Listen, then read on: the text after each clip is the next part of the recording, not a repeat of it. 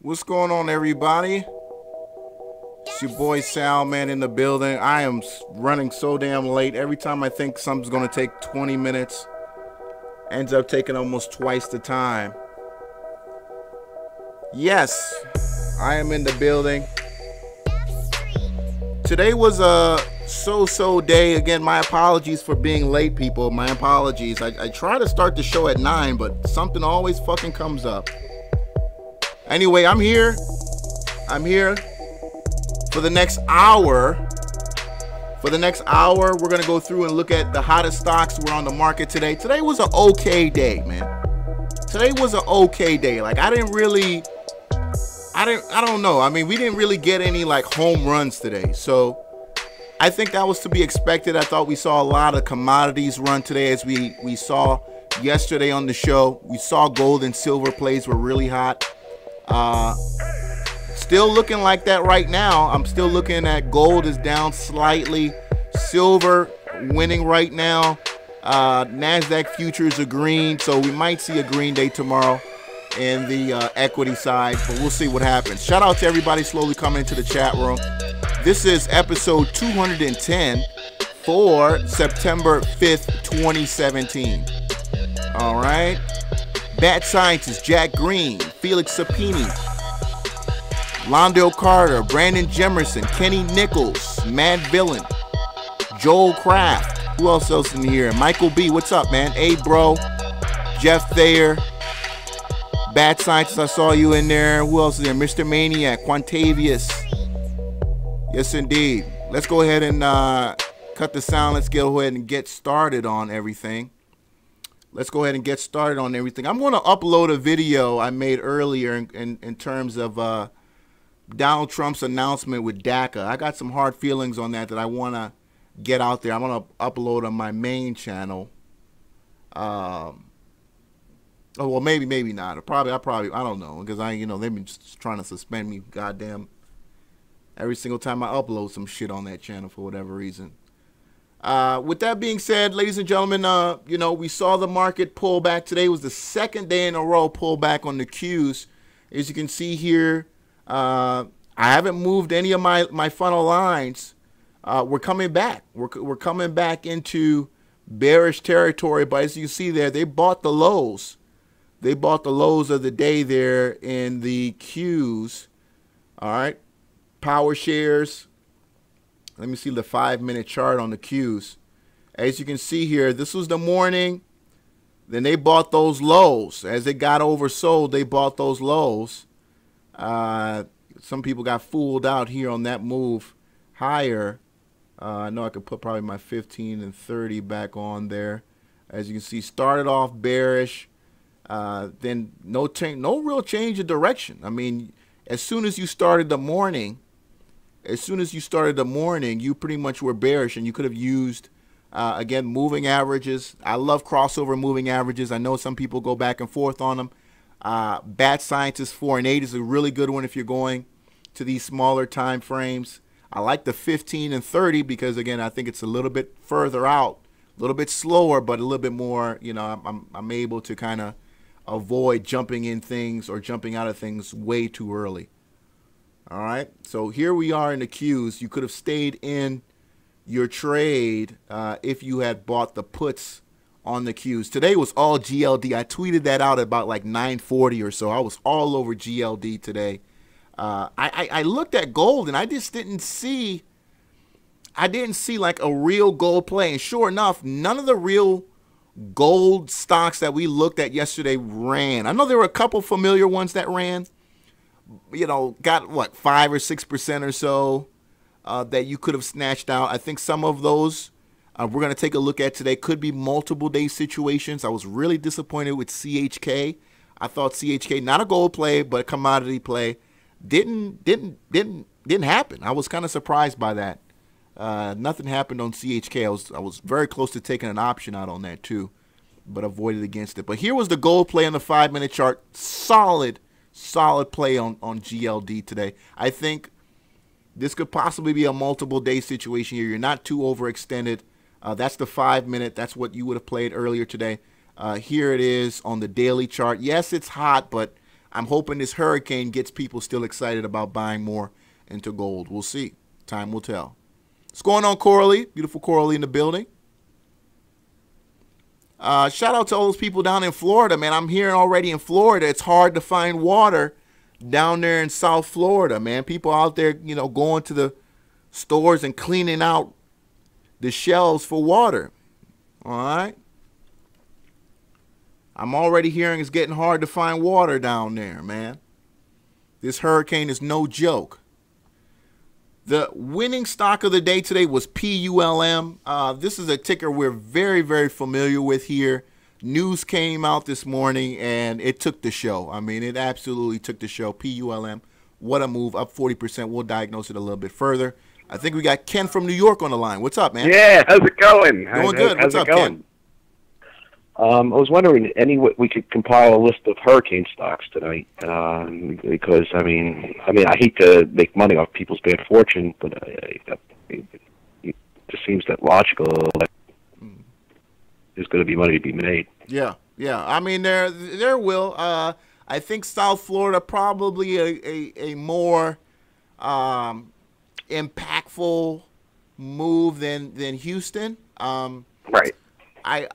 Here's the thing. Somebody asked me on Twitter if there were any waste management companies out there, and I couldn't find any waste management companies out there in Florida. So that one that was publicly traded anyway. So we'll put together a list and see what happened. Obviously, I saw already a lot of the insurance companies selling off on the put side. But we'll see. I mean, if you find something, bring us to our attention. I will definitely take a look at it. I will. Can I bring up a couple of the penny stocks? Both BVTK today and AZFL. AZFL is a scam, but it doesn't matter. It's thing is flying. Yeah, let's take a look at your first one first. BVTK up 11%. I saw you tweet me about this too. I like where it's at on the chart. So even though you've had some really nice days in the stock. From 0030, you're at 0049 right now. Really nice that you broke the moving averages, especially my 15 and 30 up there. So we'll see how it continues on there. You're not overextended at all on this. So I think it's a nice setup for people who are already in the stock. Plus, there'll be two catalysts this week. Some kind of 8K is coming out. Some other news for what it's worth. Okay. And the other one, the AZFL. I really thought that pump was over. Last week it got down to 0014 or 5 on Friday, I think, and look at it today. It's doubled. Yeah. I mean, this is a crazy move. I mean, we've been watching AZFL now for 4 days in a row, and we know it's a scam. But I mean, look, I mean this. It's doing everything right. I mean, it's pulled back, but you've got buyers who bought it. And here you had a gap up opening in the stock today, up 27%. Hey, that's pennies for you. People play them. And if you know what you're doing, you did the right thing today on AZFL. Yeah, definitely. So, and the LQMT, last night you were mentioning to me, and I feel it might sell off today. It held pretty well, but Yeah. I thought that one was a little bit overextended on that move, being that especially when we saw that long candlestick up top there, that showed already that there was a lot of hesitation with those higher prices. And so I wasn't surprised. Not too bad, though. It wasn't too bad of a sell-off. I mean, you got some support there. I'm actually surprised. We talked about how it had to hold on to 34, and it did exactly that today. In fact, the low was only 35. So not too bad. It's going to be interesting to see what this does tomorrow. Either people, look at that support and say, okay, well, people actually want to keep this and see what happens. And you break out tomorrow beyond that 38, 39. Or you just continue to trend that support here and test it tomorrow.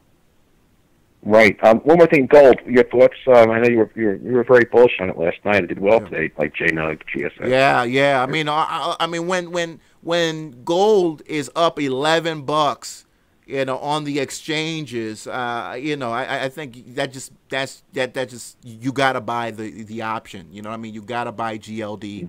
I saw people play GDX. I think GLD by far is the best. ETF to play on gold just because it favors it so much, follows it so much better than the others.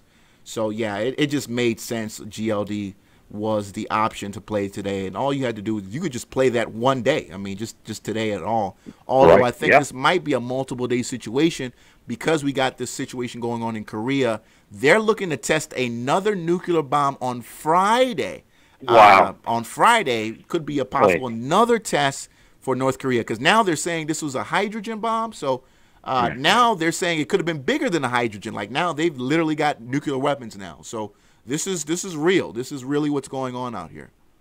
And look at the 10-year Treasury, 2.07. It's getting near the low for the year. That tells you something. Yeah. Everything. I'm amazed. It just, I get either government's suppressing the rates or something's going on. I just don't get it. Yeah. Anyway, enjoy. Thanks. Appreciate it, Ken. Thanks, man. Yes, sir. All right. So let's go back and see what tickers you guys are putting in the chat room. Again, thank you to everybody who's joining me here. My apologies for being a little bit late today. Let me see here. Somebody say I'm the LeBron James of penny stocks. WM selling off. I did see Waste Management sell off today. I don't know why. I mean, as I said last week, actually, when that FEMA money starts getting handed out, companies like Waste Management are going to be the beneficiaries. So when I see Waste Management sell off, let me know what the real story for that is, because that's pretty drastic of a sell off. I just had a caller call me back. Caller, I didn't recognize that number. Call me back. But that was a pretty drastic move on WN. Let me know why that sold off like that. All right, 973, you're on the air. What's up? Hey man, what do you think of USD? USD as in US dollar? No, USG is in Gulf. Let me see here. USG. Construction company. Let's take a look at the, all right, so $29. All right, so not the cheapest stock in the world. Not something I would look at, but I see you're kind of overextended here, man. You've had a really good run late to mid-August. So it looks like it's now time to take profits if you're already in it. I would take it and leave. Is that right? What about these reconstruction devastation and earnings reports coming out the end of the week? Okay. Well, I didn't know that there's earnings on this company having earnings at the end of the week. I didn't know that, but again, looking at where the chart is, if you're already in the stock, it looks like you're actually, slowly selling off here. Although I do see here you were basically up 0.5%, but again, I think you're going to have to be probably selling off toward the end of the week, man. Okay. Oh, because how about for the long though? Well, if you're going in long, I think catch the bottom. Catch the bottom of this. Again, I'm looking at purely technicals. I don't know what's going on in the back end of this. I don't know where they're located or anything. I'm just simply looking at the chart, and I'm seeing a stock here that's up, $3.50 over the course of 7 days. And I figure that's going to be an opportunity to people who are in heavy to take profits on people who don't know what they're doing with jump in now. If you're looking to jump in now, I would try again, catch the bottom of this where you're seeing some support, which could have been, looks like today. Let me look at the 5-minute chart. Let me see here. Here's the 5-minute over 2 days. 29.20 is your low. Had a little bit of resistance there at 29.95 today. So yeah, I would continue to watch this, man, and put your support and resistance lines up here, because I'm seeing a little bit of resistance up there at exactly at 30. So keep watching this. Yeah, but, it's hovering around there. Yeah. It doesn't go more than $1 or $2 either way in the last 2 weeks. Right. So appreciate the call, man. All right. Let's go on. Let's keep it back in the penny stocks. All right, because I want those $3-4 moves from $3. You see what I'm saying? When we have a $20 stock, I want to buy 3, 4, 5,000 shares. You know what I'm saying? I want to buy 3-4 thousand shares of a penny stock and have that do $3-4. That's what I want to do. But solid move again for USG. I mean, I'm not denying, this has been an awesome stock here. Looks like for the month of August. But again, clearly what I'm seeing here is people are taking the opportunity to sell into traders who think this is going to go higher. Yeah, you know what? We've been sleeping on Mankind, man. I've actually been sleeping on Mankind. We've had a couple people in the chat room talk about Mankind. Looks very much like AZFL, similar kind of look and play. Let me get my 15 and 30 out of there. This has been looking really, really hot. I think you're too late now. Even though you had people buy the dip, can it retest, that top? Let me know what the catalyst is here. If you got, again, some things going on in the background I don't know about, let me know. Yeah, we took a look at AZFL. Let's look at RNN. RNN. Rehaxin Pharmaceuticals. Biotech. I was actually kind of surprised and taken aback by how many bio plays ran today. Some of them had to be pity runners. Again, I saw the news that PULM dropped. Awesome news for them. But some of these were, okay, why is, PTN running? You know what I'm saying? A stock that's consistently been a loser. PTN put up, 16% today. I just, that I just didn't understand. RXN looks like they're looking to submit and present something at the European Society for Medical Oncology. They put that out today. Stock is up over 17%. RNN, that looks like a short. I mean, again, very bearish primary trend. Looks clearly like a short on RNN on that, even though the volume isn't that great. But you got a lot of day traders in there who aren't going to be sticking around too longer. I would pick them off if you see it in the 5-minute. Let's look at the 5-minute.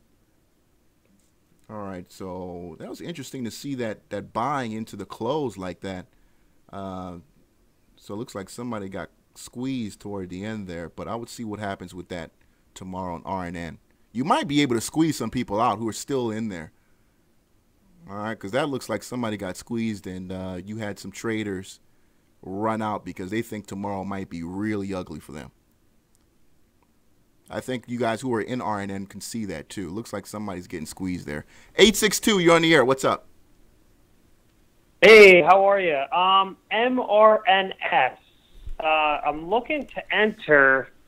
They're expecting phase 2 of their drug the results to come out by the end of September. Oh, okay. Now, what does their drug, in terms of what does the drug do? Cancer? You know what? I don't even really know. I just was kind of looking through my scanner, and just thought, I'm not exactly sure. Sure. No problem. We'll take a look at it. Appreciate it, man. So mRNS, this one, I actually like the way it's moving higher. We took a look at it late July, and honestly, we forgot about it. And, it came back, tested 177, did so well, broke out very strongly above that July high.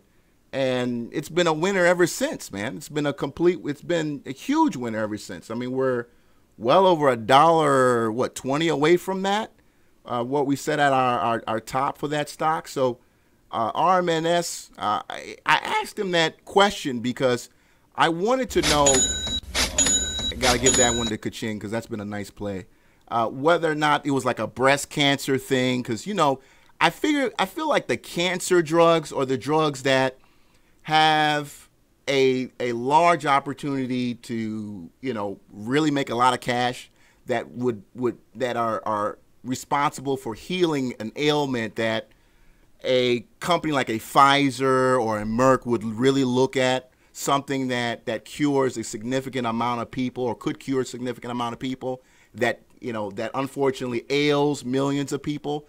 Those are the plays that when they get phase 2, they just go nuts. 100, 110%, days. So let me know what exactly they're going through, because if that's really what's out there, and it is, a cancer type drug or a drug that, again, affects millions of people and has the potential to make billions of dollars, those are the ones that run. But yeah, I like it. I'm looking at the chart. Yes, it's hot, but you've got a lot of people who are consistently buying. The volume isn't great, but the volume is supporting the trend. The volume is supporting the trend. By the way, I just got the book, The Candlestick Course by Steve Nvcn. I literally just opened this today. So here it is, The Candlestick Course by the Candlestick God himself, Steve Nvcn. I hope you can see that. I know it's bright as hell in here. But you guys need to get this book, man. You guys need to get this book. Steve Nvcn, literally the man who brought candlesticks to America. He is a CMT or chartered technician. CMT, well, I forgot what the M stands for again. But basically the guys who are basically masters of technical analysis. I tried part 1 of that, and it's hard as hell to actually go through that shit. So the Candlestick Course with Steve Nvcn, I'm looking to start this book. I literally just got it today. So I'm looking to go through this book this week. And hopefully I'll be able to really bring that and apply that to the show. And even some of these candlesticks that aren't very popular, talk about how they're going to be affecting these moves. What's going on, Hosea? Somebody said, forget the CMT. Yeah, man, that CMT is hard as fuck. I think it's a little bit too... I think it's a lofty goal, but it's not necessary. It's obviously not necessary. But I thought about achieving it. All right, so let's get back to these tickers. Some of you guys have put in the chat room. People bringing up Idxg. Idxg, again, that line was there, days ago. You guys remember we pulled up Idxg. That line was there days ago, and that's basically where we hit. We literally hit that line today. It's as if somebody is watching the show and saying, okay, this is going to run to that line, and everybody can pull out and sell at those levels. Idxg, beautiful Monday for that stock, 25% gain, and you saw it here on the show. Very, very impressive day for the stock. Looks like you had the opportunity in the morning to get in. Only using really a 4 and 8 exponential moving average would have got you the trade. Something moving like this, you can use a 15 and 30 like I use, but probably would like to get even tighter. Looks like volume was really, man, that stock was liquid today. 15 million shares traded. Let's go on the minute ticker. So you had some opportunities in here, man. I'm seeing some opportunities to get here on the 1 minute chart, some dip buy opportunities. Again, on the 1 minute chart, 4 and 8 is a little bit too tight. So let me go move to a 15 and 30. And yes, you're 15 and 30. You don't get scared out too easily. So I would stick to something like that. And there's some opportunities here. I mean, this is not a bad move. Not a bad move. Now, some people are talking, what does it look like? What does it look like over the course of the next couple days? Now, looking at the primary trend here, it's very, very bearish. All right. The primary trend is very bearish. If we look at the weekly, it's not supporting the idea of us hanging around there very, too long. Monthly probably was, this is really ugly. I mean, obviously very bearish primary trend. Looking at the daily chart here, you got some support here with that incredible flag that it set up over the late half of the month of August. And I guess the flag pattern really gave it away. I saw somebody in the chat room did bring that up yesterday. Shout out to whoever brought that up yesterday, because I know somebody did bring up Idxg yesterday on the show. But that flag pattern just really gives it away. So very deserving for people who got in based on that indicator. Yeah. IDX, yeah, it looks real. I mean, it's hot right now. I mean, I think if you were to jump in now, I think if you to jump in now, you might be holding the bag. But if you were, again, one of these traders who was in it yesterday or anytime prior, you're taking your profits tomorrow on the fools who might run in tomorrow on IDXG. I don't see the reason for it to go higher. But again, if something else is going on behind the scenes, let me know. But I don't see a reason somebody would jump in here, now that we've cleared the gap and, hit our target, which was 169, Bad Scientist says it looks bullish. We'll be watching. I'll be live tomorrow, so prove me wrong. BW, this was a stock we were, very hopeful for. How is it so nice that BW conveniently, again, hits what we had set, or close to what we had set as our exit of 294. Today's high was 293, and as soon as I saw that top there, it was time to sell. I mean, when you tried it and you just didn't make it, it was time to sell. But again, another congratulations to the people who, again, got in there with me at 214, and our job was just to get, halfway up there. We didn't want the whole thing. I know it has a possibility to try and cover the gap. It could do that eventually, but that's who has time to wait that long? We just wanted to get back to maybe a day or day two after the original pullback, after the drop. But nice move, coming from insanely low oversold levels. I think we were 9 single digits on the RSI. We were like 9 or 8 on the RSI. So just common sense trade there. So easy.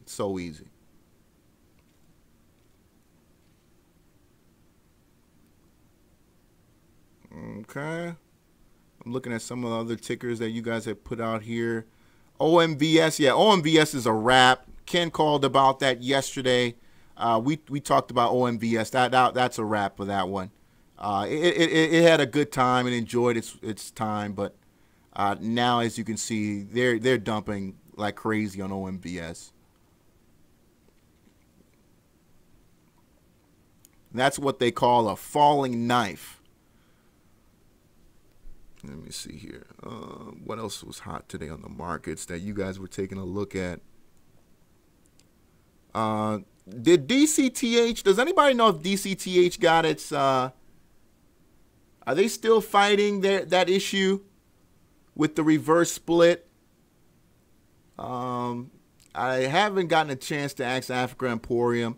It's still putting up incredible volume numbers. I mean, this has just been a sick stock to follow. But it's trying. All right. INSM. Let's look at INSM, up 119% today. Wow. Yeah, I mean, talk about a move there. I mean, what can you say? Biotech stock literally doubles in one single day after the treatment for a rare lung disease has a successful trial. We just got done talking about that. When drugs that cure ailments that millions of people get, those are the plays you want to be in. Lung disease is a huge issue. We got a lot of baby boomers who, are growing older. A lot of them, didn't necessarily get the DARE program, right? So a lot of the older folks are still people who smoke and are suffering from some of the highest rates of cancer out here, and things like lung disease. So huge move for that stock, man, up 119%. We just got done talking about plays just like this, plays just like this. All right, nice move on that one. That could very well have another day. Although, I mean, you want to talk about overextended. I mean, this stock is up, double digits, 120%. You're going to have some profit taking here, but You know, the market is the market, so you just really can't predict anything. You just try to play what you think might happen. That's all you really can do, because you'd be surprised this thing goes another $3 tomorrow.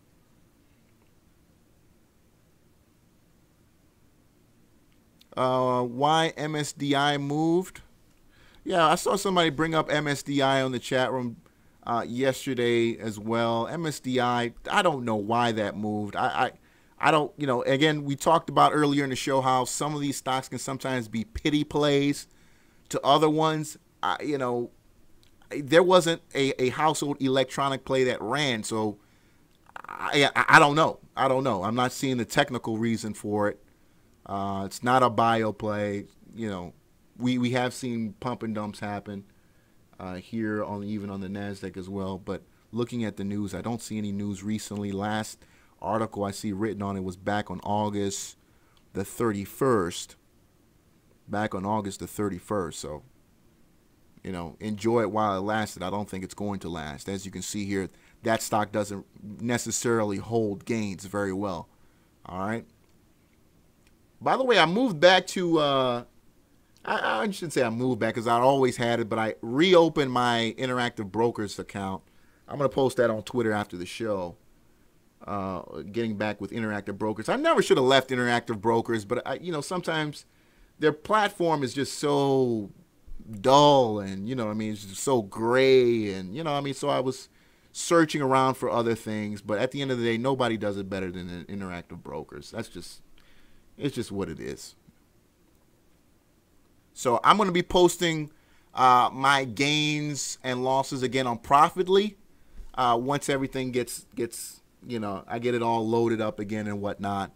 So I'm going to be posting my gains and losses for the days at Profitly again. I was doing that with SureTrader as I was using that platform, but I'll be doing that again with Interactive Brokers.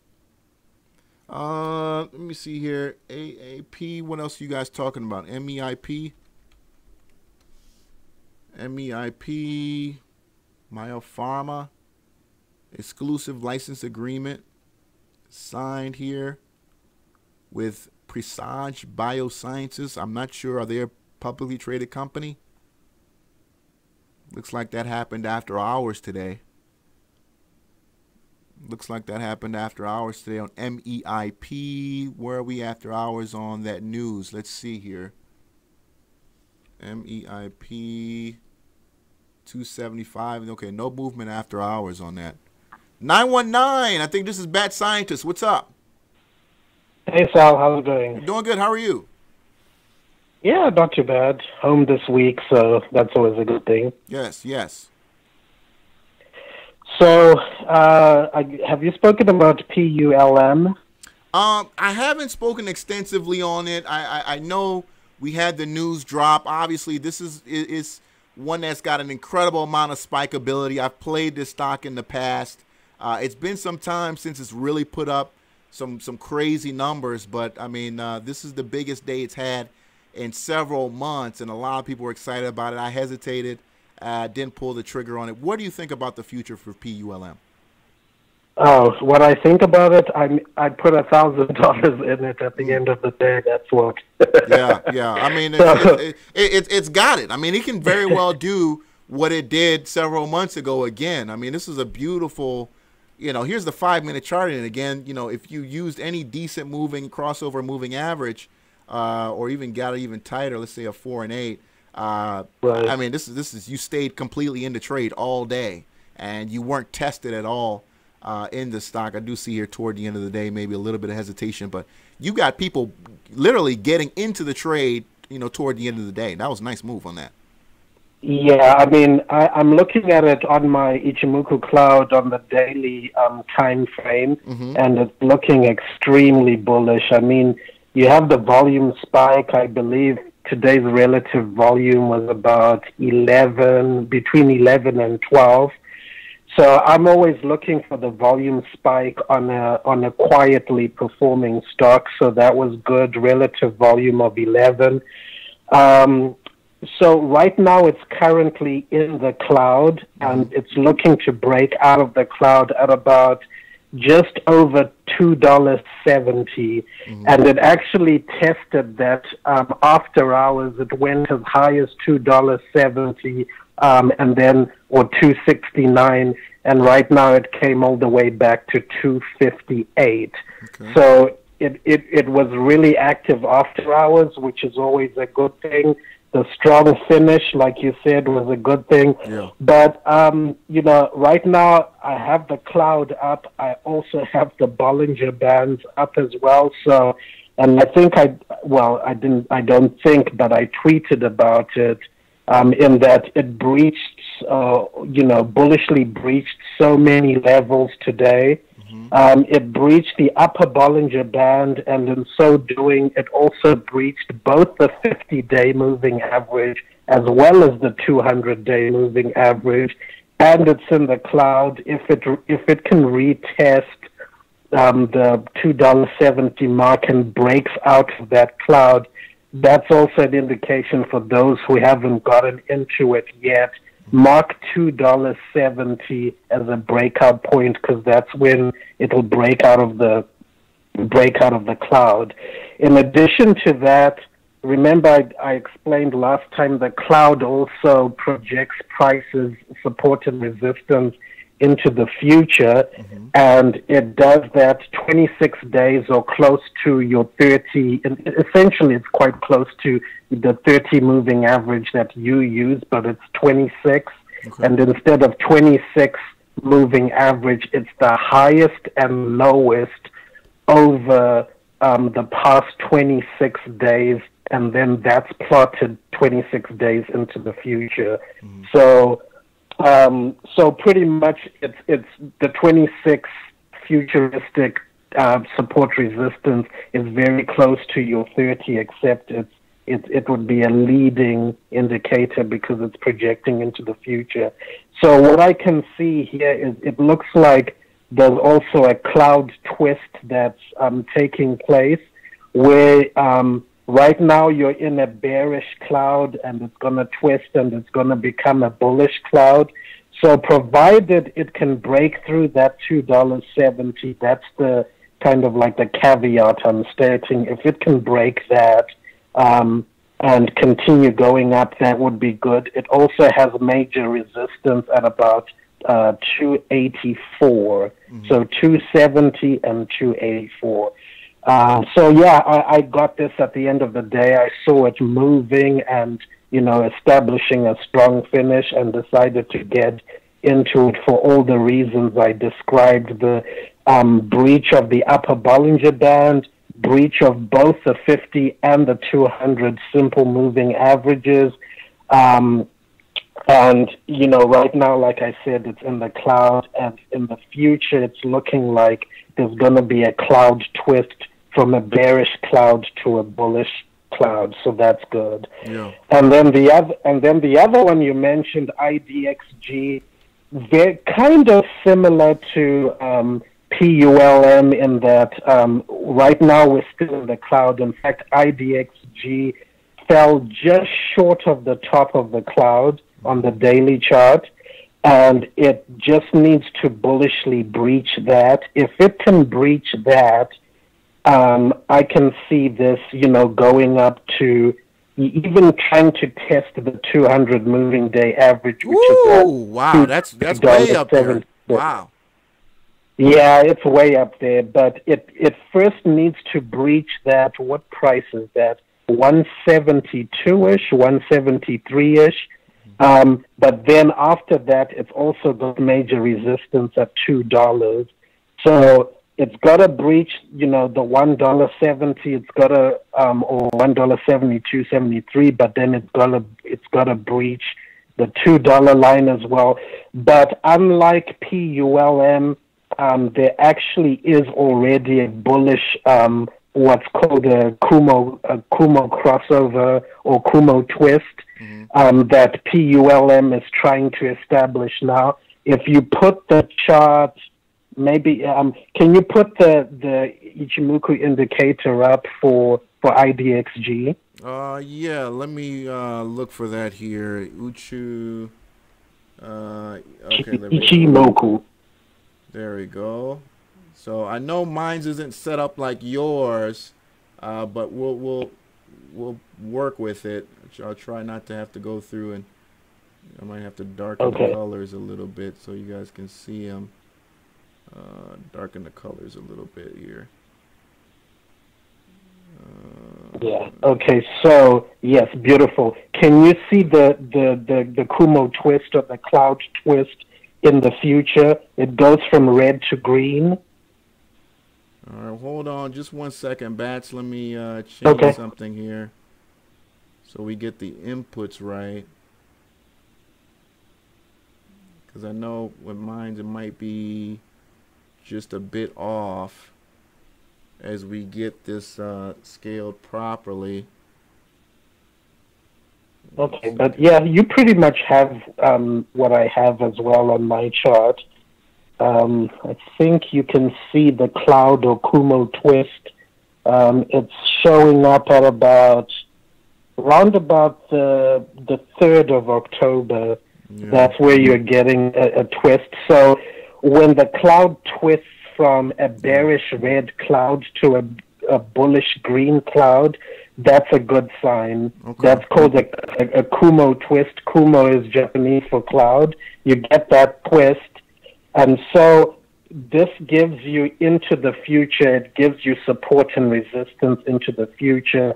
And you can see it's barely on an uptrend. So I know you said this could be a possible short. And right now I would say it's weakly bullish because the trend hasn't yet well established into the future. But you do get a bullish Kumo or cloud twist into the future, which is good. So like I said, tomorrow it has to cross today's high, and today's high, is. Now, would you say, Bats, that if it doesn't do that though, it's a short though, right? Would you say that? So that's relative, or that depends. It depends if on the time frame you're using, because this is where people kind of get lost when people are talking about going long and going short, because if you change time frames, you could go either way. Right now, I'm talking about the daily, but were you talking about specifically the 5 minutes?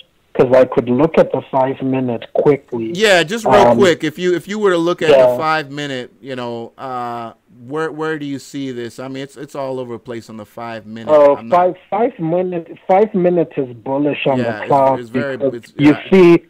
You see, it's all a green cloud. It's trending up. That whole cloud, as you can see, it's slowly ascending. It's bullish. Yeah. For it to be bearish, it would have to retest the cloud at the bottom, at the top of the cloud. That's at about 163, 164.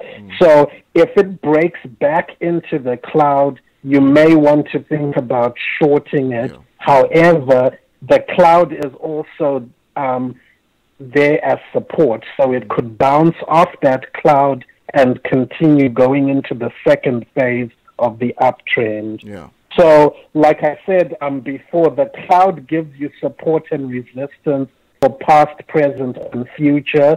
And if you're trading it like on the 5 minute, the cloud at the bottom of it, that could actually be at the top, the top of the cloud could actually be where it bounces off in support. So if it breaks through the cloud, goes into the cloud, and obviously breaks down from the cloud, then that's clearly a short.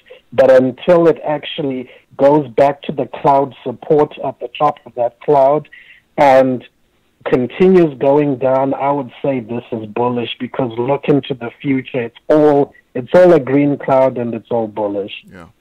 There it is, man. And then, there it is. And then just briefly, OTC, APHD looked really, really good. So I'm looking to go into that. I did have it before, but sold too early, but that's okay. That's looking, really top notch.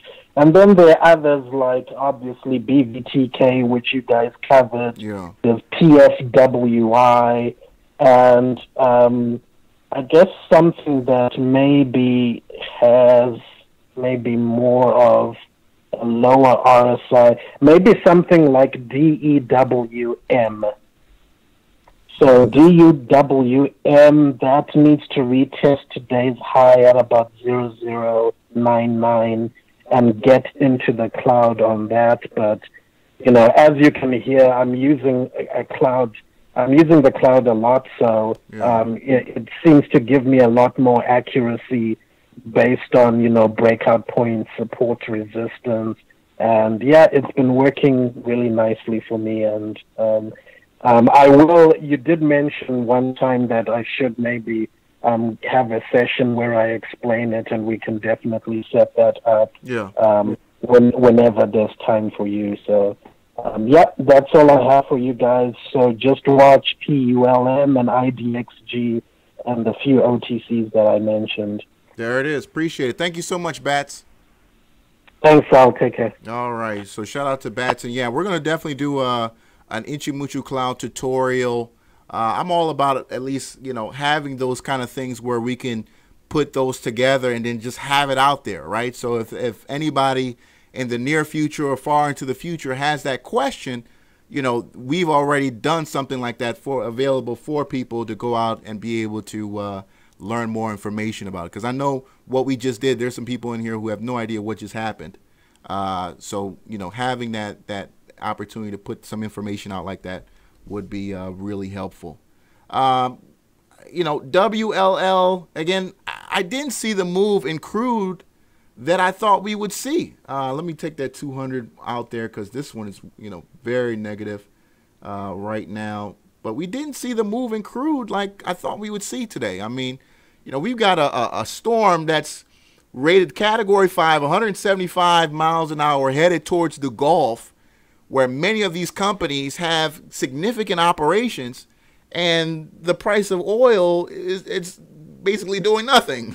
So, but we understand that, you know, it's a stock that has some other incredibly huge macroeconomic pulls to it besides just a hurricane. So it is what it is, and that's, you know, unfortunately the good and bad about oil. But there are a lot of stocks out there that have an incredible opportunity to deliver huge profits, you know, if investors, you know, are willing to take the risk. But will oil, you know, catch up to the risk? You know, maybe not. Maybe not. All right. Yes, definitely press like. Appreciate that, like for business or like for a business. CGRW, isn't that Canagrow or something like that? Yes, that is Canagrow. CGRW is the play. Again, another very, very bearish stock. Not sure on it yet. I haven't seen, you know, I'm looking at the stock, man. I'm not seeing it. You know, one thing you want to talk about, you know, going long on plays is you want to start seeing, you know, higher lows. You know what I'm saying? And I'm not seeing that. In fact, if anything, you're getting lower highs, and that continues to confirm the very bearish nature of the primary trend. So you're not seeing a turnaround here. So I would avoid the play. All right. I would avoid it. And again, that's, you know, unless you've got some underlying information that can change the bottom line, I'm looking strictly at the technicals. DXTR. We saw the move a couple days ago in DXTR, but, you know, again, the stock gave it all back. Those 42-cent shares are all gone, now trading at 33 cents a share. And where you're sitting, it looks like you could be holding a bag for a couple more cents in losses as it works its way lower. Pretty liquid. I'm actually surprised how liquid DXTR is. Put up 3.2 million shares traded in the stock today. 33-cent stock. You know, had a really good August. Very impressive. Coming up from 24 to 42. Almost 90% there gained lower toward the mid to end of August. But looks like now people are taking their gains and it's going in the other direction.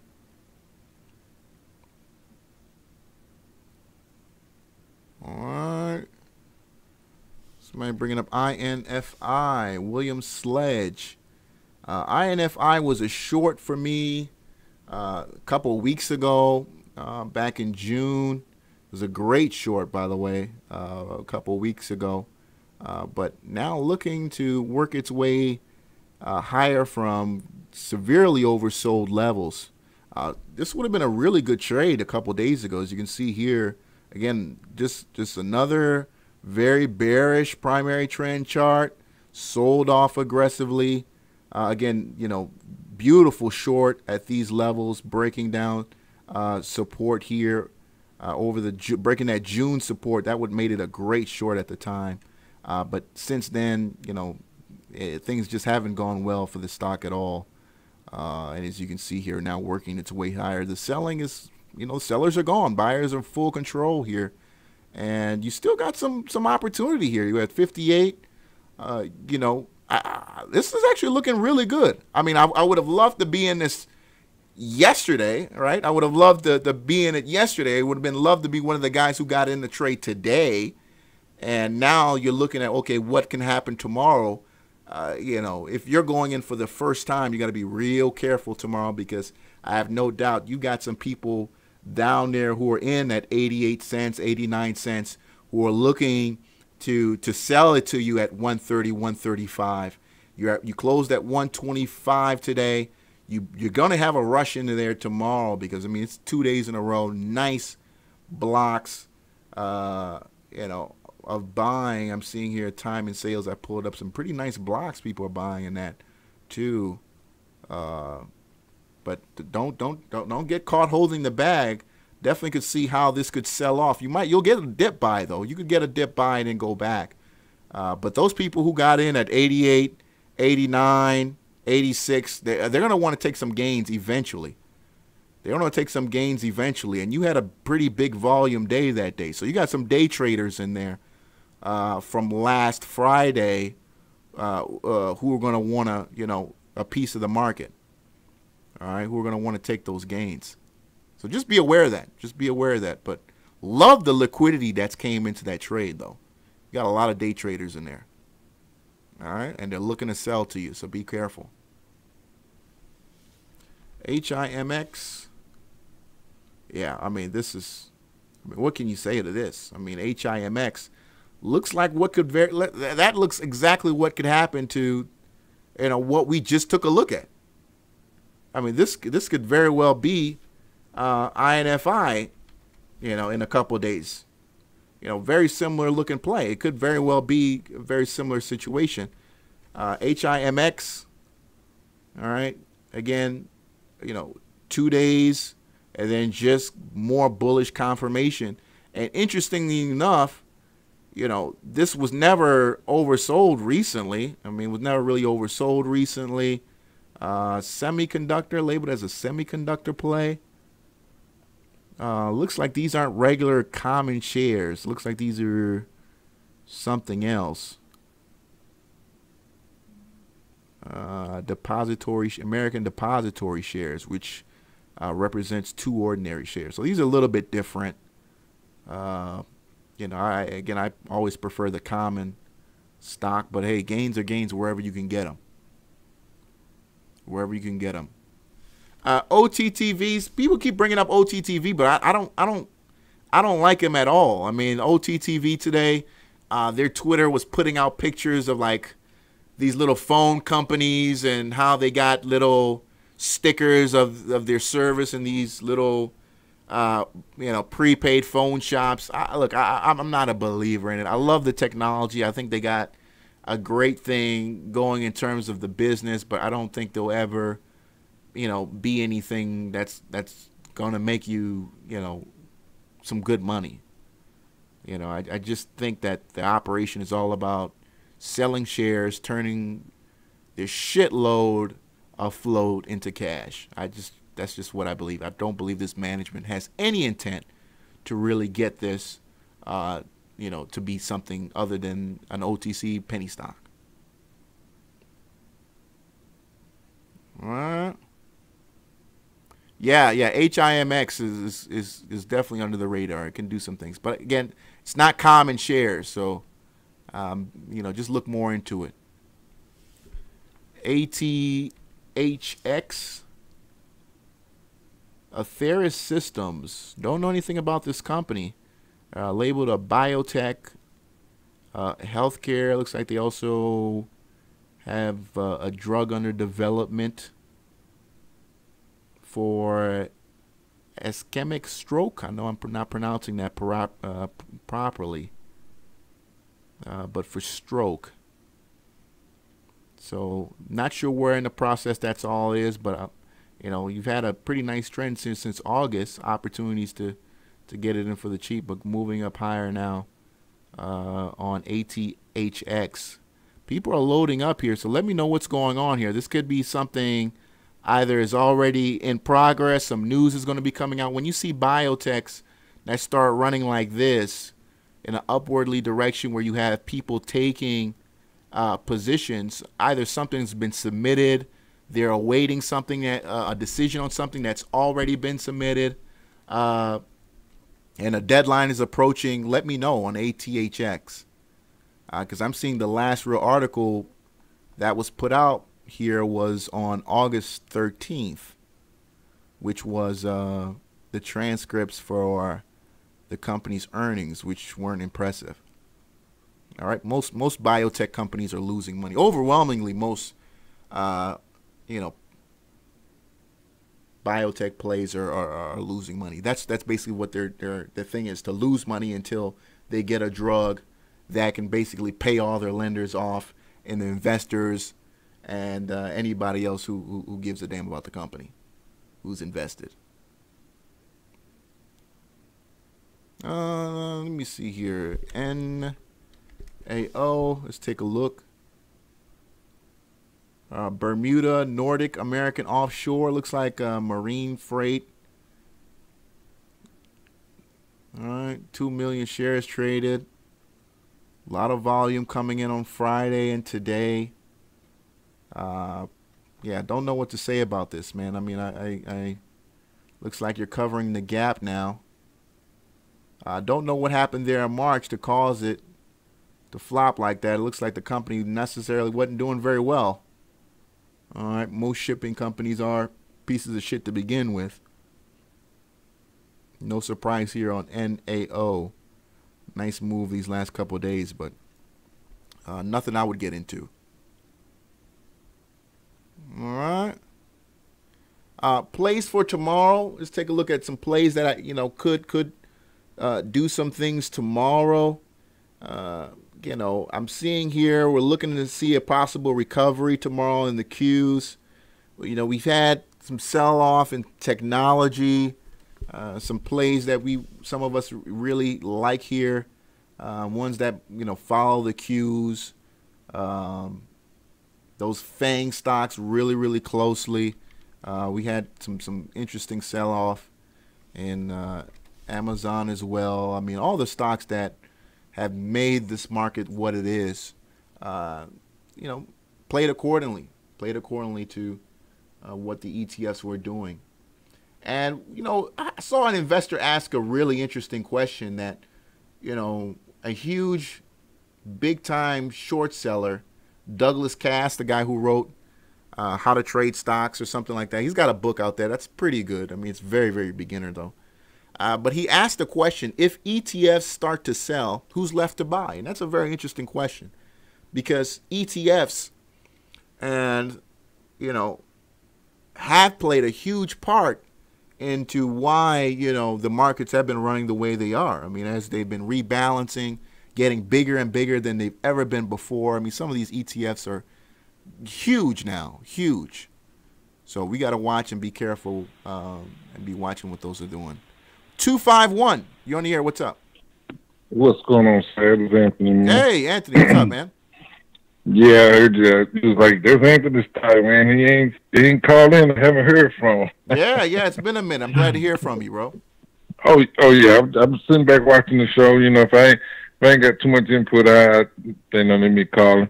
But yeah, NAK. I'm just watching it. It broke out that that resistance level that you was talking about the other day. Yeah, yeah, and, 181. 181 was that limit, and you hit 190 today.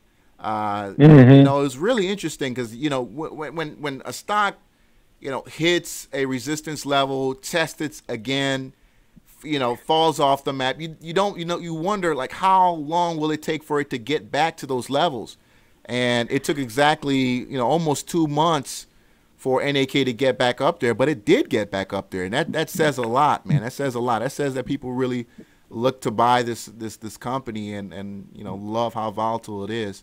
Now, how long it can stay up there without doing anything, I don't know, but it has to start moving out of that 180, 190 level, because if not, you could find yourself selling off again.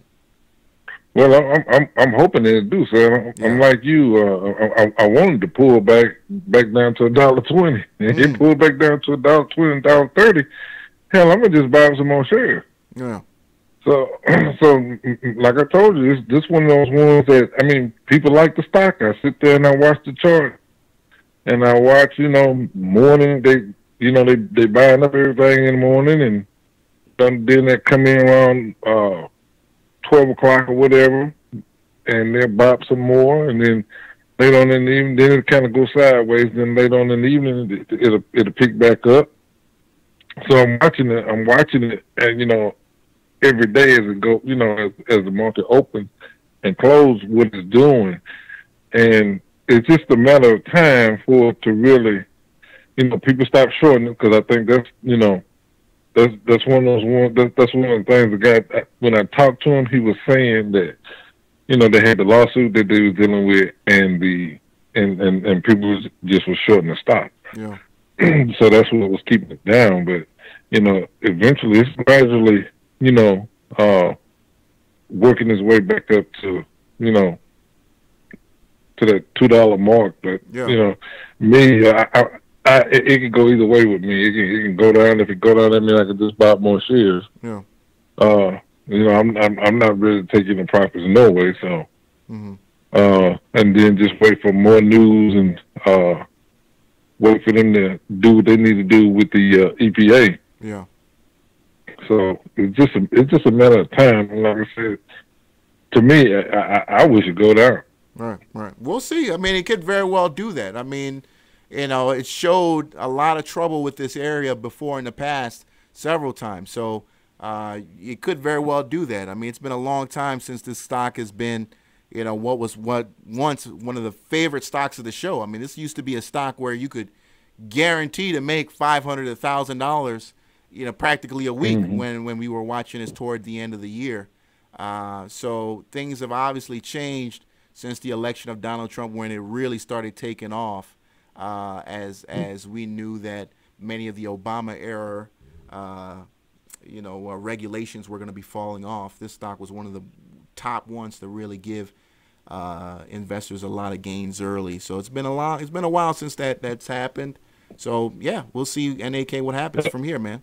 And I think that's what I read too about the lawsuit. The lawsuit came from sort of like the insider trading deal with Martha Stewart did with Donald Trump opening his big mouth. So that lawyer that's in New York was part of that, insinuating, put forth that lawsuit. So I'm just waiting, because I know what it's going to do. Yeah. If I can just gobble up me enough shares, hell, I'll be pretty when they break ground and start pulling it from the earth. There it is. Appreciate it. Thank you so much for the call, Anthony. All right. Shout out to Anthony, man, for the call, as always, all my callers. Anthony, big believer in NAK, and you know what? Time may very well prove him to be right. The stock sold off.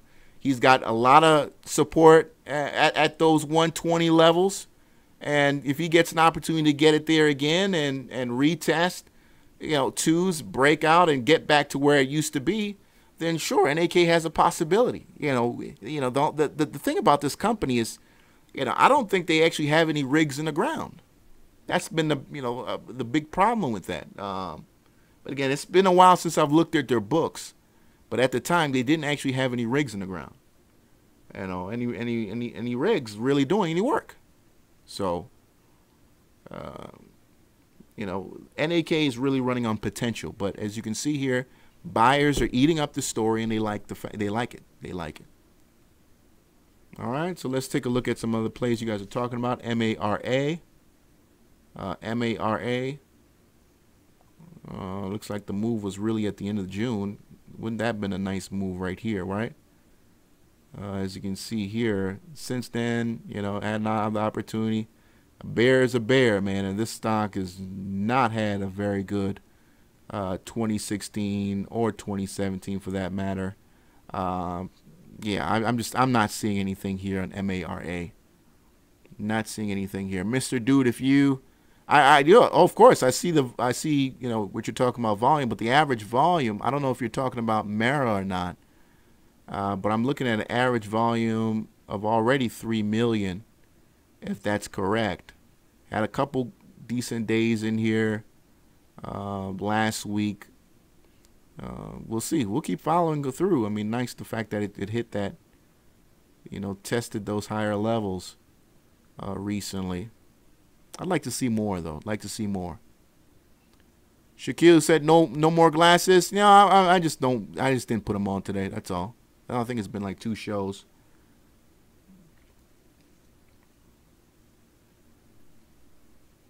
All right. Appreciate that, Andrew Gladness. Yoga is a ticker name, Yoga. All right. Yoga works. Looks like Blue Apron. Looks like gyms, fitness, and service spa centers. You know, you know, when you have things like this, you know, kind of reminds me of Fitbit. Those businesses where people have to be disciplined to follow through. I always short those plays. Those are easy shorts because human beings break routines all the time. Human beings find reasons to break routines. The guy or girl who's all about losing weight will find a reason not to lose weight, to break their will, to say, I'll do it tomorrow. So, you know, businesses like this that depend on people to be disciplined are always great shorts. Always great shorts. If you guys remember, Gold's Gym used to trade on the exchanges, not, you know, a couple years ago, if I remember correctly. Gold's Gym stock, I forgot. Yeah, now they don't even trade anymore, but they used to trade on the exchanges. Long time, not too long ago, but a while ago. Planet Fitness. Does Planet Fitness still trade? PLNT? Oh, wow. Planet Fitness is still there. Okay. Planet Fitness actually doing pretty good. Oh, look at Planet Fitness doing some things. You know, very slow, boring stock, but looks like it's been a nice looking trade here since the summer. Obviously, you know, not sure what the catalyst is for it, but, you know, many of these type of companies, long term, they don't hold up. But Planet Fitness, I know they've got an interesting strategy, which is basically, if you've ever been to Planet Fitness, their thing is just to sell as many memberships as possible because they know, again, as I just said, people are lazy, and you're going to pay them the $10, $20 a month, excuse me, and you're going to forget about it. And what's going to happen is you're going to promise yourself you're going to turn it off, and you just get hit by that $10, that $20 every month, you know, and you don't even notice it.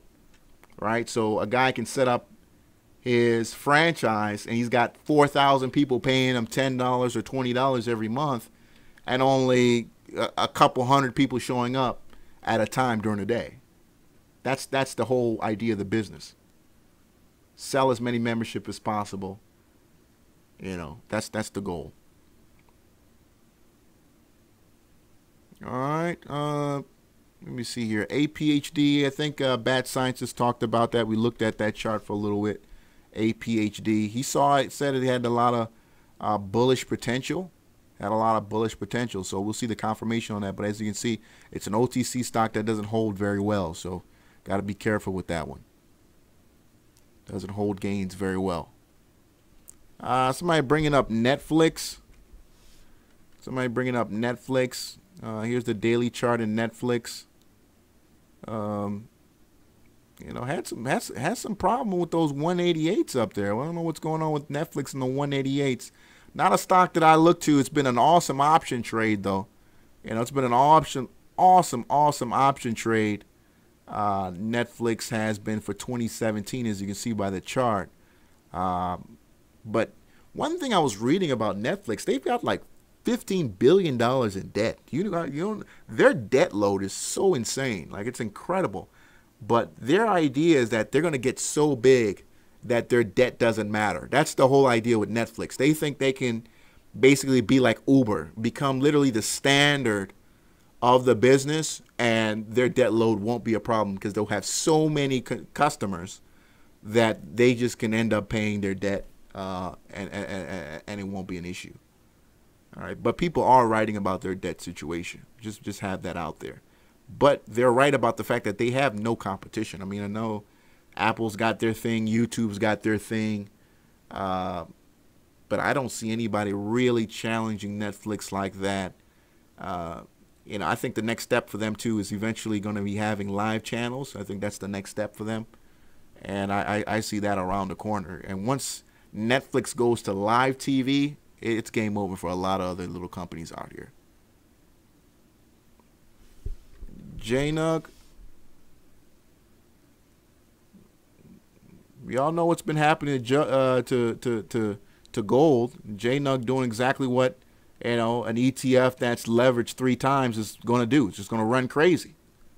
It's going to run crazy. I mean, it's an ETF that's leveraged up 3 times. So, you know, you're going to have an insane move in JNUG, and then the what's the reverse again? JDST, right? I think it's JDST. Yeah, JDST is going to do the exact opposite. All right, which is the inverse. This is literally the inverse of JNUG. So JNUG goes up, JDST goes down, and JNUG a lot more liquid than JDST. JDST is not liquid at all, for that matter. Not liquid at all. But JNUG's got some really good options that aren't necessarily the cheapest out there, regardless of the price. Yes, it's only $25, but the volatility is so high, it's priced in, and they are pretty pricey options. They are pretty pricey options. But JNUG looking real good for a swing here. All right, especially if North Korea keeps it up.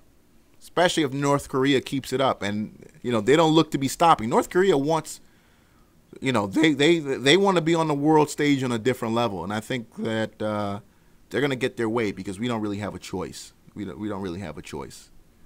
You know, I just don't think we got it. We can stomach a war right now. I just don't think so. XOMA up 44%. One of the best stocks on the market today. Biotherapy healthcare stock. You know, again, I thought this was kind of one of those things where, as we talked about earlier in the show, where you have some stocks that run as a pity to it. XOA, you know, not a cheap stock, but it's a stock that came, you know, from penny stocks. I mean, this is a stock that came from penny land and now doing big, incredible things. I mean, this is what, you know, kudos to management, because this is what is supposed to happen, right? Building those shareholder value, as you can see here, was a very, you know, for the most part, illiquid trade. But the volume showed up today in the stock as some kind of news must have dropped. 1.8 million shares traded today, above over 10 times the average of only 170,000 shares. So as you can see here, incredible amount of day traders in this stock. So that lets me know this is possibly a short situation for people who have the money and you can go in short. I would watch this over the next couple of days. Again, I don't know what the catalyst is for. So if they got a drug approval or some shit like that, hell no. But if this is, you know, phase 1 approval or some, you know, even phase 2, you could very well get a sell-off as soon as tomorrow, especially if it's a drug on a relatively, you know, on an illness that doesn't have a large amount of potential to make a lot of money. Yeah, oh yeah, let me hit the ka-ching for yeah, definitely for that. Very impressive stock over the course of August. I mean, literally went from $7 to $16. You're up over 100%. since the month of August. Didn't even bother to look at this. And it wouldn't have caught my scanner because the volume was so low. The volume was so low. I mean, you didn't even get 1 million shares. Even at these levels, you didn't get 1 million shares, even though it gapped up higher.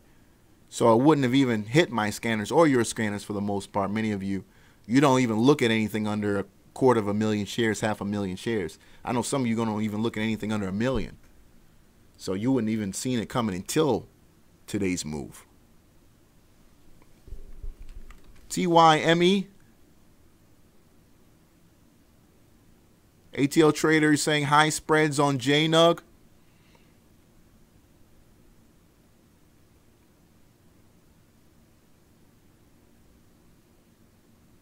Let me see here. TYME. All right. Yeah, no volume there, man. I'm not seeing any volume here. Very ugly looking chart. Very ugly looking chart. Like the move. I mean, 32%. That's good money, but as you can see here, very liquid stock. I mean, this is a stock that only traded 18,000 shares. This is kind of one of those plays you got to really do your research and know what's going on behind the scenes. So if you take a position here, it's because you're going long term and you're expecting a nice return based on the development of the drug they're working on. Other than that, I don't see I don't know anything about what's going on here. Oh yeah, we still kicking it. William Sledge. So Zoma signed a deal with Novartis. I mean, yeah, Novartis is again one of the biggest manufacturers, drug companies out there. When you see those companies do stuff like that, where they're signing deals with, Merck and Pfizer. I mean, that's just for whatever the weakest side of that agreement is, and especially when you're talking about a small cap, penny stock. The market is going to go crazy. The market is going to go crazy. And we've had a couple drugs do that over the course of the last year. Where we had a couple biotechs, sign some big deals, sell some deals for cash. What was that ticker that just sold for like 72 million or something like that? You guys remember that? That was just like a couple days ago. What was that stock that sold their drug for 72 million? The company had a market cap of like 42 million. Not years. I can't remember the ticker on that stock. Is it ZIOP? By the way, ZIOP was one that I'm watching too. By the way, ZIOP had a very nice move, pulling back today, looking like a great short for somebody. I'm watching that. So all you shorters, pay attention there. ZIOT still got some day traders in there, so be careful. This is something going on here. APVO, yes, APVO. Thank you for that. APVO was the trade. So APVO, we saw the gap up on the news. You saw today where you had some people who thought they was going to get a second day on that, and you see a lot of rejection there on that move. Let's look at the 5-minute chart on APVO, where a lot of people got caught slipping on APVO, and they thought something was going to happen. As you can see here, the market opened up on APVO, and no way Jose on APVO left a lot of people up there at the 240s. But you had some support there. I mean, it's holding those 215s pretty well, holding those 315s pretty well. But how long are they going to be able to stick around? How long are you going to be able to stick around on that, on APVO? Good news eventually turns into old news. And, that's a sticker that I need to be writing down as a possible short. But now that they've got a lot of cash sitting on their books, it might actually sit at these levels for some time. All right. Let's get back to the weekly on that. I just want to see what the weekly looks like on APVO. All right, so as you can see here, with that move from last week, changed the whole week of APVL previously. And on the weekly, it actually doesn't look too bad on the weekly. But again, you're going to have to really figure out how that cash is going to play out and what investors are going to think about it. He said it's time to load up on McDonald's options. Look, I actually, companies like McDonald's, you always got to, you can't go wrong with McDonald's long term, man. I mean, yeah, loading up those 2019. I mean, look at McDonald's options, bro. Look at McDonald's over the course of you want to talk about a Trump stock. And here's the thing, McDonald's really has no real reason to run on the whole Trump thing. But what some people are saying is that because the Obama administration was so, healthcare, so green this, green that, and the limitations that the FDA were putting on, particularly farming and the use of certain drugs on animals, that had effects on, McDonald's suppliers. With those now gone under the administration of Donald Trump, looks like people are loving McDonald's. People are loving McDonald's. They announced a couple months ago, a month or two ago now, that they are replacing their cashiers with machines.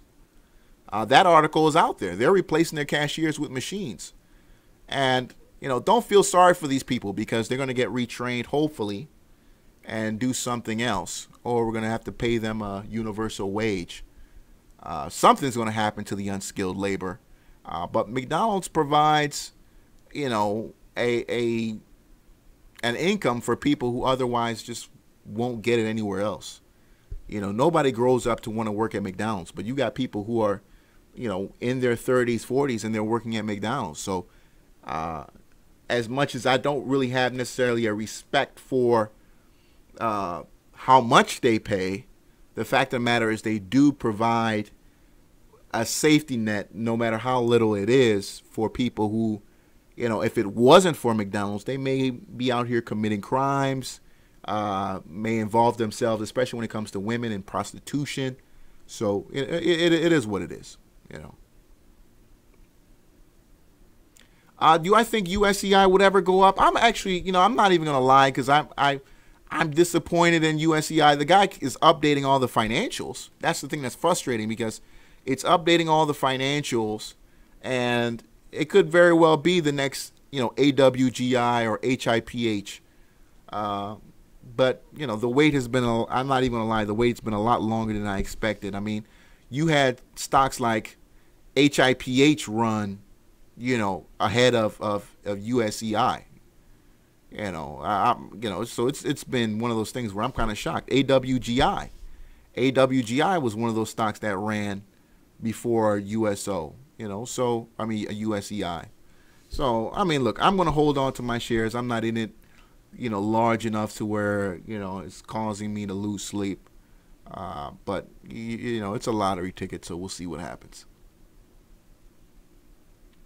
DWDP, Dow DuPont.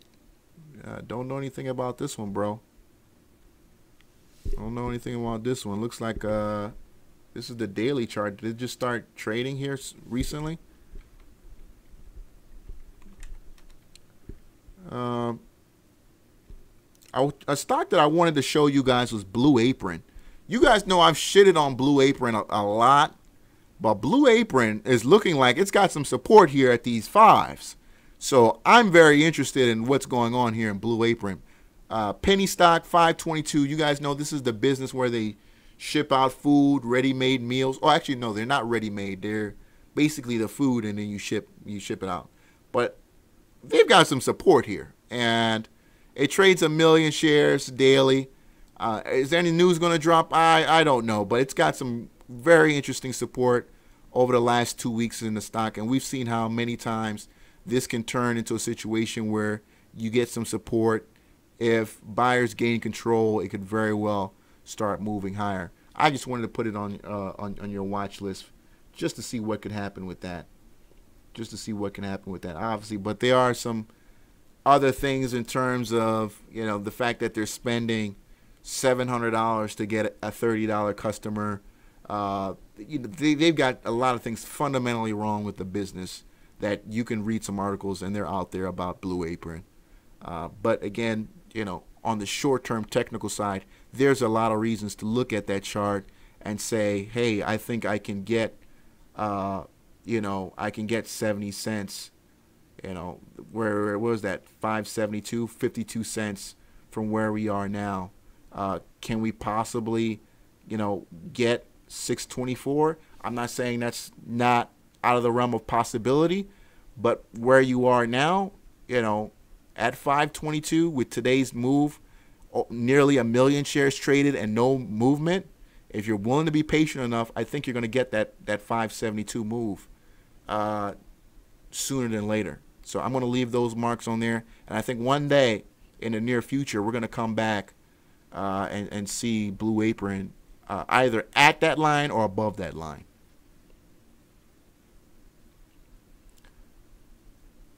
They said they started giving shares to employees. Okay. You have to buy their program delivery. Okay. Class action lawsuit going on with Blue Apron. Yeah, see. So there's some things going on there that, you know, underline it. But I'm going to keep that on there because even irregardless of all the news that's been coming out here, and I see this talk of this lawsuit has been happening now for some time, but we're still seeing support in the stock. And again, we're all about taking, you know, the moves short term. Nobody's here is trying to sit in the stock for a year and a half. We're talking about what can happen over the next 2.5 weeks, and or less than that. And, you know, can you get 50 cents maybe in that? You know, by the way the chart looks, it's saying yes, but we'll see.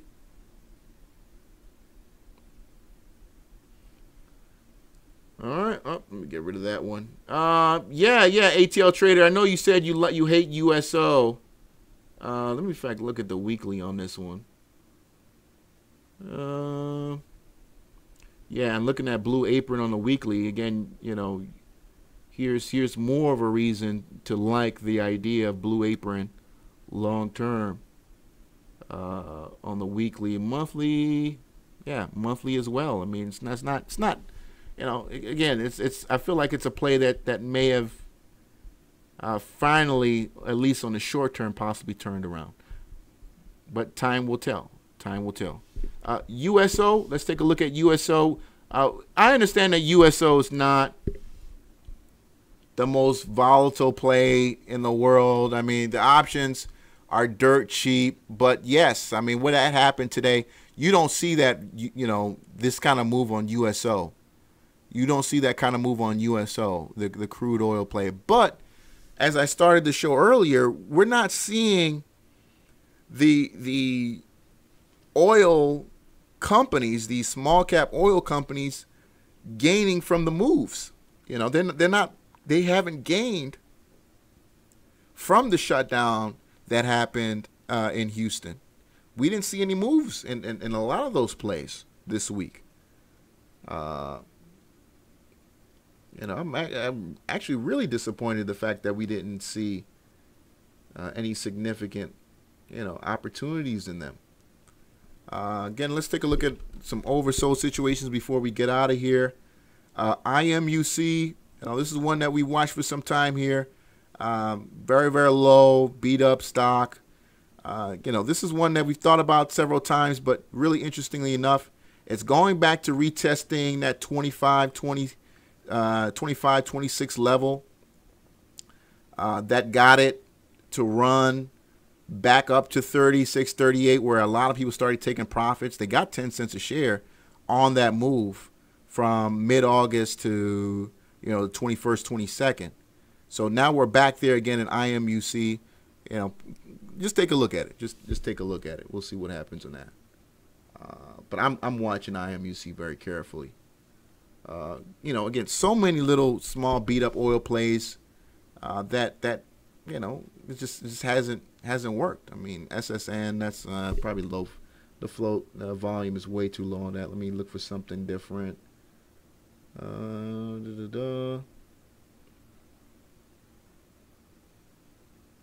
Anything NOG? NOG, yeah, I think NOG is one. You know, NOG is probably one of those tickers that, you know, sold off today. I mean, that doesn't even make sense. I mean, it's sold off today.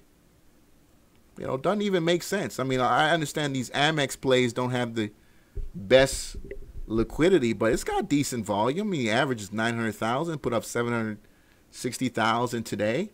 The stock is oversold.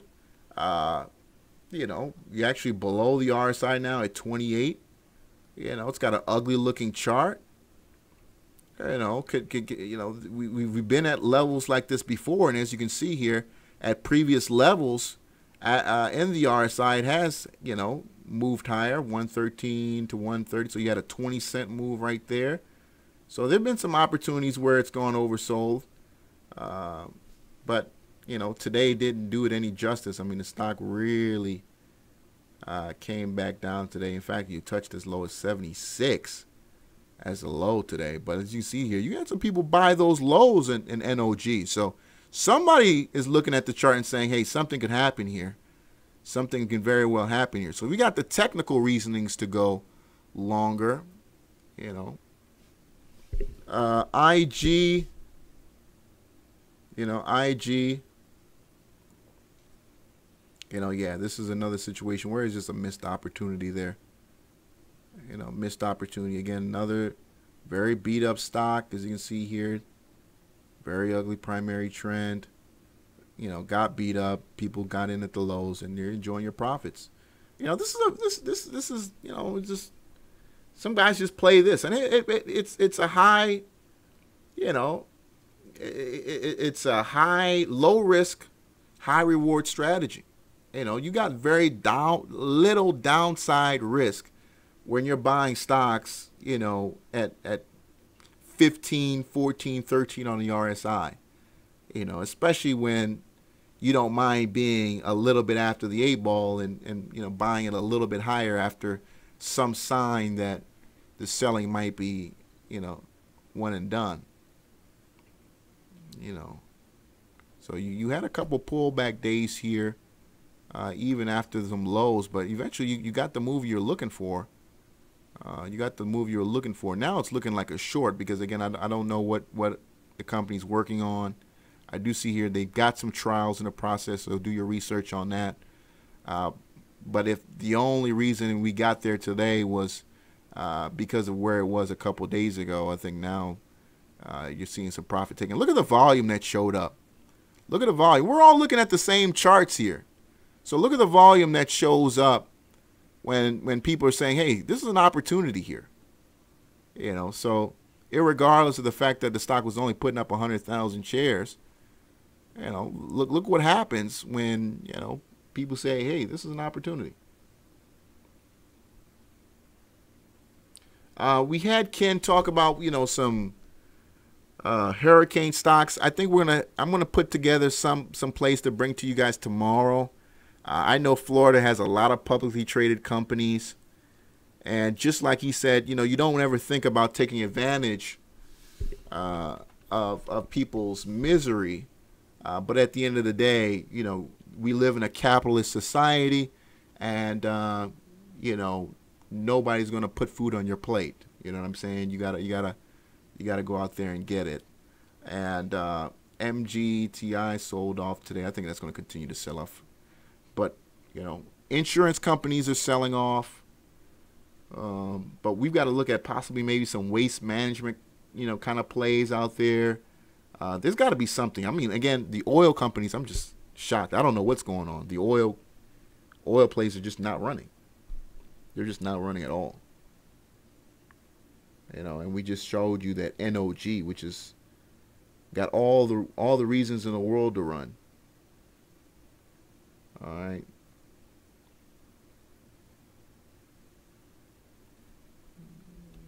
Yuma. I think this is a gold play, right? This is oil and gas. Yeah, Yuma, oil and gas. Up 10% today. You know, low volume. And I'm gonna let you guys get out of here in just a second here. Maybe if we can get, here's Rex. I mean, again, look at Rex. Rex is a stock that's got a lot of spikeability. I mean, this is a stock that can put up, you know, a stupid run out of nowhere. You know, here's Rex oversold. You know, here's Rex oversold. You know, but again, you know, when it gets to see these lower levels, it can put up 30 cents over the course of a couple of days. Here's REXX oversold at 214. You know, I like the fact that you had some people come in. That's a very interesting candlestick too. That's a very interesting candlestick. Obviously, I would love for that to be a true hammer where there was no top wick, because that shows there was a slight rejection of those higher prices there.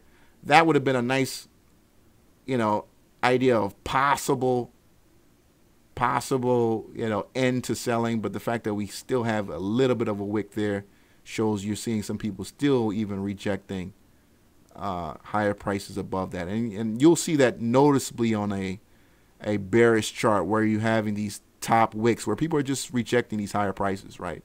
Confirmation. And then, you know, the end of a bearish run is typically, you know, where you'll have a doji where buying and selling is equal, or you'll have a solid Marubutsu or Marubuzo candlestick, or just maybe a spinning top, you know. But that's a very interesting candlestick for that stock. Not the one you're looking for, but one you got to take notice of. REXX, I'll put it on a list. In fact, I'm going to write it down. I'm going to type it down myself because that's looking very interesting. But again, we haven't seen the movement in oil yet. You know, and we can just go throughout the list now. I mean, here's coal. Obviously, coal is greatly oversold on coal. I don't know if anybody even believes in coal anymore. I don't even know if Trump believes in coal himself anymore, for that matter. But coal greatly oversold.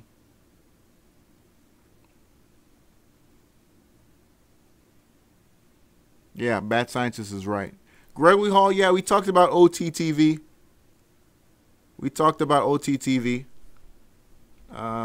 ECR, Eclipse Resources.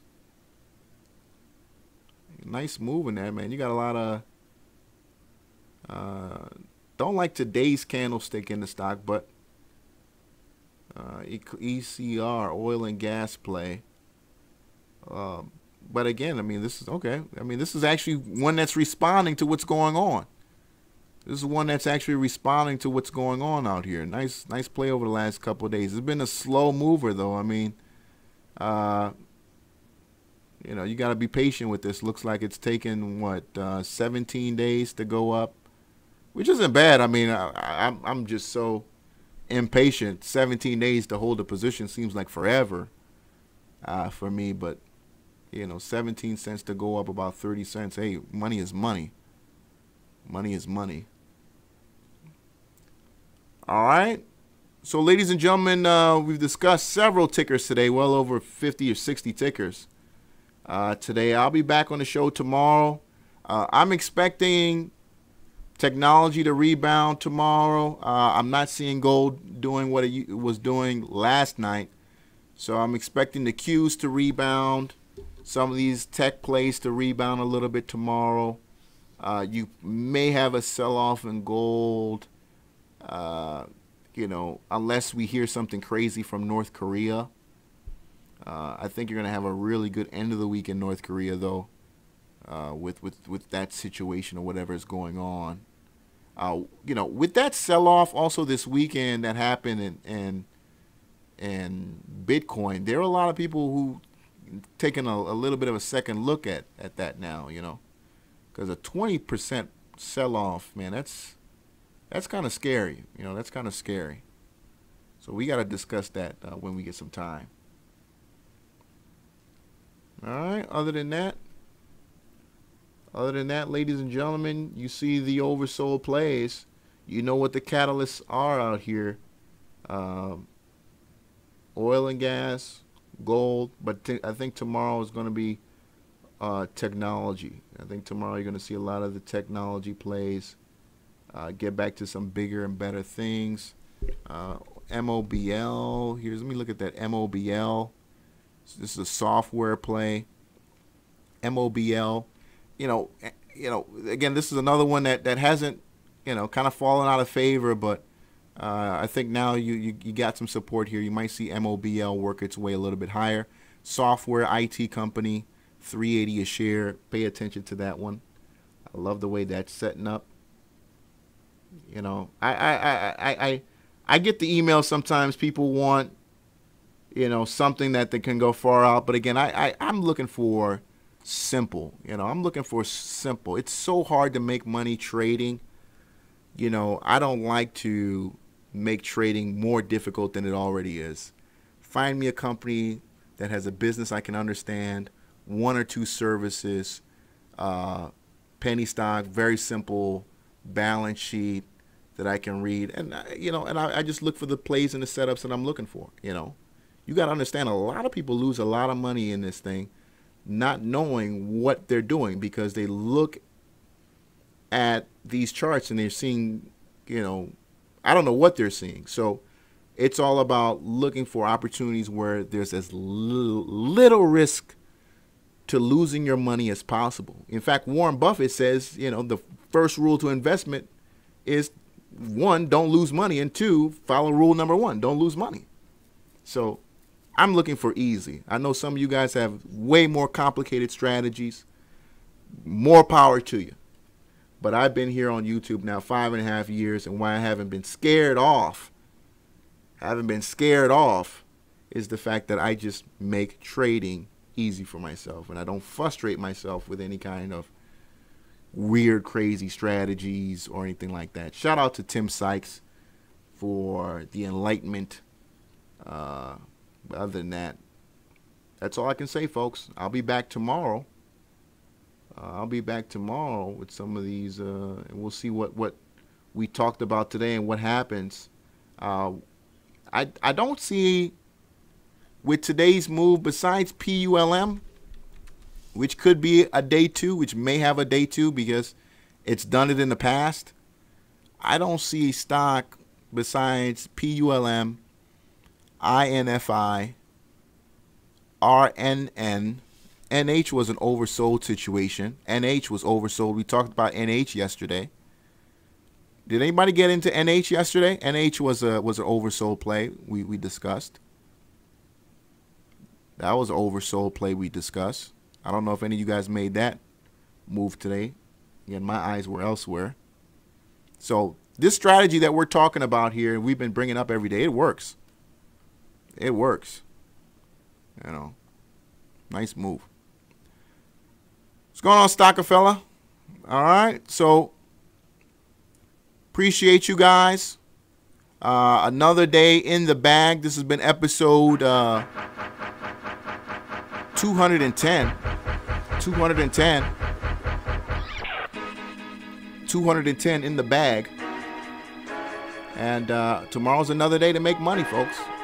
And again, you don't have to try to make a killing every day, because there's always another opportunity out there. You may not find your setup tomorrow. You may not find your setup this week. You don't have to. This is the only game in town where you can decide when to swing. You don't have to swing every day. You do not have to swing every day. And there's some days I don't swing. But when you see it, you got to take advantage of it. You got to take advantage of it. All right? Bad Scientist, Stockerfella, Desert Edge, Ryan Gets It, Brian Burton, Andrew Gladness, Q-Tech, Michael B, ATL Trader, Mr. JRH. He's saying, why did Matt got halted? Matt got halted?